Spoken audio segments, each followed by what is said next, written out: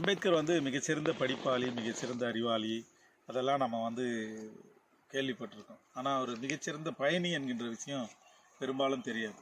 அவருடைய வாழ்க்கையை வந்து வடிவமைச்சதில் பயணம் என்பது ரொம்ப முக்கியமானதாக இருக்குது. அவர் ஐரோப்பா முழுவதும் பயணம் செஞ்சுருக்காரு, அமெரிக்காவில் முழுக்க பயணம் செஞ்சுருக்காரு. இந்தியாவில் அவர் வந்து பயணம் செய்யாத மாநிலமே கிடையாது அல்லது மாவட்டமே கிடையாது, அந்த அளவுக்கு பயணம் செஞ்சுருக்காரு.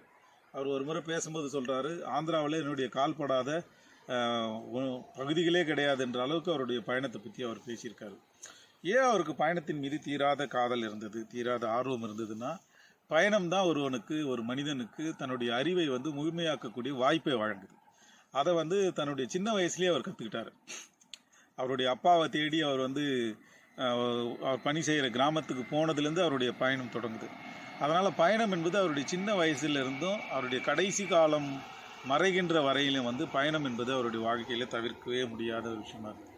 ஒரு அரசியல்வாதி, சமூகவாதி மக்களை சந்திக்கிறதுக்கு பயணம் செய்கிறார் அப்படின்றதெல்லாம் ஒரு விஷயமா இருந்தாலும், அறிவை தேடி அவர் பயணம் செய்தது வந்து ஐரோப்பாவில் வந்தால் தான் அவங்களால புரிஞ்சிக்க முடியும்.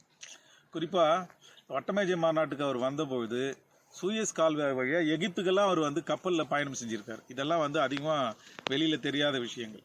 மாநாடு முடிஞ்சிட்டு அவங்களுக்கு வந்து ஒரு ரிலாக்ஸ் பண்ணக்கூடிய ஒரு டைம் கொடுத்தாங்க. அந்த டைமில் கூட எகிப்து பிரமிடுகள் எல்லாம் போய் பார்த்துட்டு அங்கே இருக்கக்கூடிய பாரோ மன்னர்களை பற்றியெல்லாம் தெரிஞ்சுக்கணும் அப்படின்றதுக்காக தனியாகவே அவர் பயணம் செஞ்சு கப்பலில் வந்து ஆற்று வழியாக பயணம் செஞ்சு போயிட்டு அந்த இடத்தெல்லாம் போய் சுற்றி பார்த்துட்டு வந்திருக்காரு. அதே போல் வந்து ஜெர்மனியில் பான் யூனிவர்சிட்டியில் வந்து சமஸ்கிருதத்தை கற்றுக் கொடுக்கறதுக்கு அவர் பயணம் செஞ்சுது.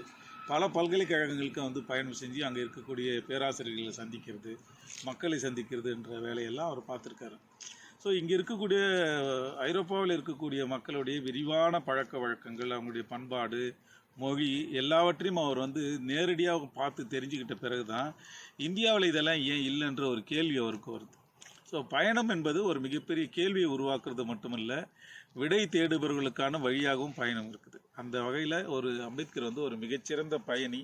பயணம் தான் கற்றுக் கொடுக்கும் என்பதை வந்து அவர் புரிஞ்சுக்கிட்டாரு. அதனால தான் பயணம் செஞ்சார். அந்த பயணத்தின் வழியாகத்தான் இந்திய மக்களுக்கு பண்பாட்டை கற்றுக் கொடுக்குற வேலையை அவர் செஞ்சுருக்காருன்றதை நாம் பார்க்க முடியும்.